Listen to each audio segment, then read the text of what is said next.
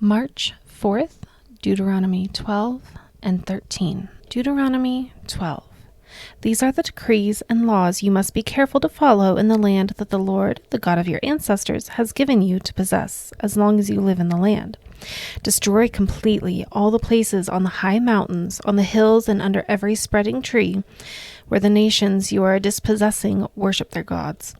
Break down their altars, smash their sacred stones, and burn their Asherah poles in the fire. Cut down the idols of their gods and wipe out their names from those places. You must not worship the Lord your God in their way, but you are to seek the place the Lord your God will choose from among all your tribes and put his name there for his dwelling. To that place you must go.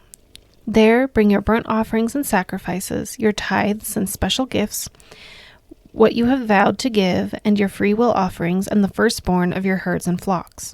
There, in the presence of the Lord your God, you and your families shall eat and shall rejoice in everything you have put your hands to, because the Lord your God has blessed you. You are not to do as we do here today, everyone doing as they see fit, since you have not yet reached the resting place and the inheritance the Lord your God is giving you. But you will cross the Jordan and settle in the land the Lord your God is giving you as an inheritance, and he will give you rest from all your enemies around you, so that you will live in safety. Then to the place the Lord your God will choose as a dwelling for his name.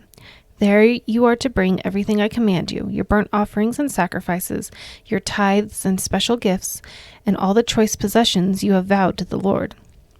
And there rejoice before the Lord your God, you, your sons and daughters, your male and female servants, and the Levites from your towns who have no allotment or inheritance of their own. Be careful not to sacrifice your burnt offerings anywhere you please.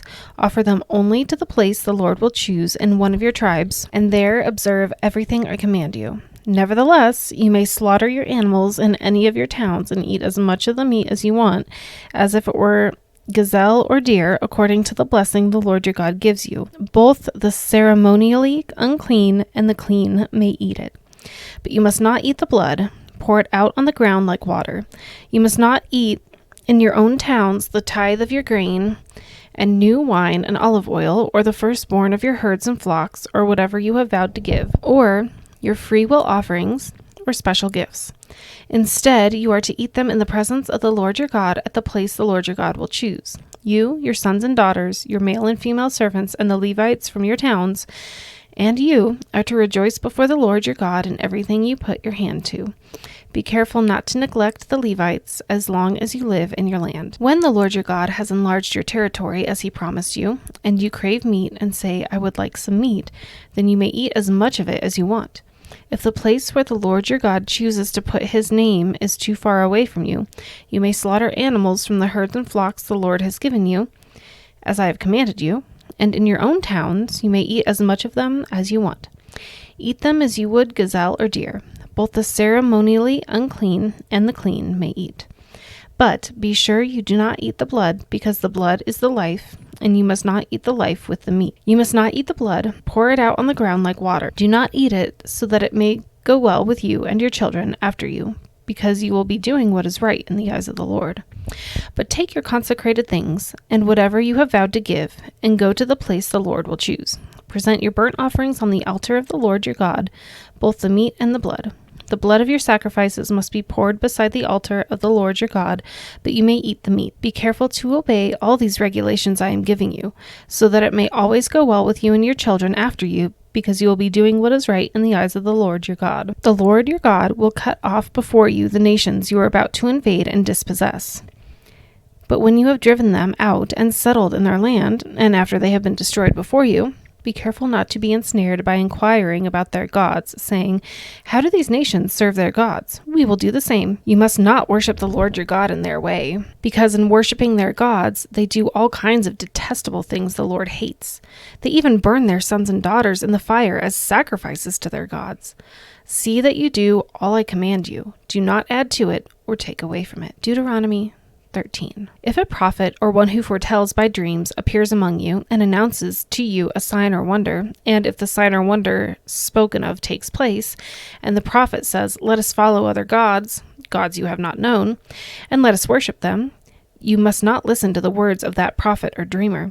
The Lord your God is testing you to find out whether you love him with all your heart and with all your soul. It is the Lord your God you must follow, and him you must revere. Keep his commandments and obey him. Serve him and hold fast to him.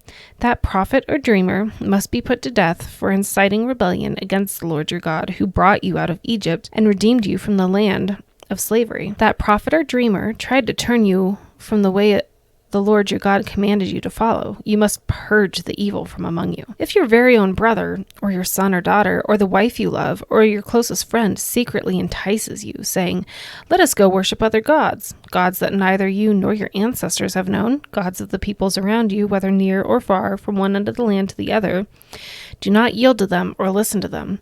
Show them no pity. Do not spare them or shield them. You must certainly put them to death. Your hand must be the first in putting them to death, and then the hands of all the people. Stone them to death, because they tried to turn you away from the Lord your God, who brought you out of Egypt, out of the land of slavery. Then all Israel will hear and be afraid, and no one among you will do such an evil thing again. If you hear it said about one of the towns the Lord your God is giving you to live in, that troublemakers have arisen among you, and have led the people of their town astray, saying, "Let us go and worship other gods," gods you have not known, then you must inquire, probe, and investigate it thoroughly. And if it is true, and it has been proved that this detestable thing has been done among you, you must certainly put to the sword all who live in that town. You must destroy it completely, both its people and its livestock. You are to gather all the plunder of the towns into the middle of the public square and completely burn the town and all its plunder as a whole burnt offering to the Lord your God. That town is to remain a ruin forever, never to be rebuilt, and none of the condemned things are to be found in your hands. Then the Lord will turn from his fierce anger, will show you mercy, and will have compassion on you. He will increase your numbers as he promised on oath to your ancestors, because you obey the Lord your God by keeping all his commands that I am giving you today and doing what is right in his eyes.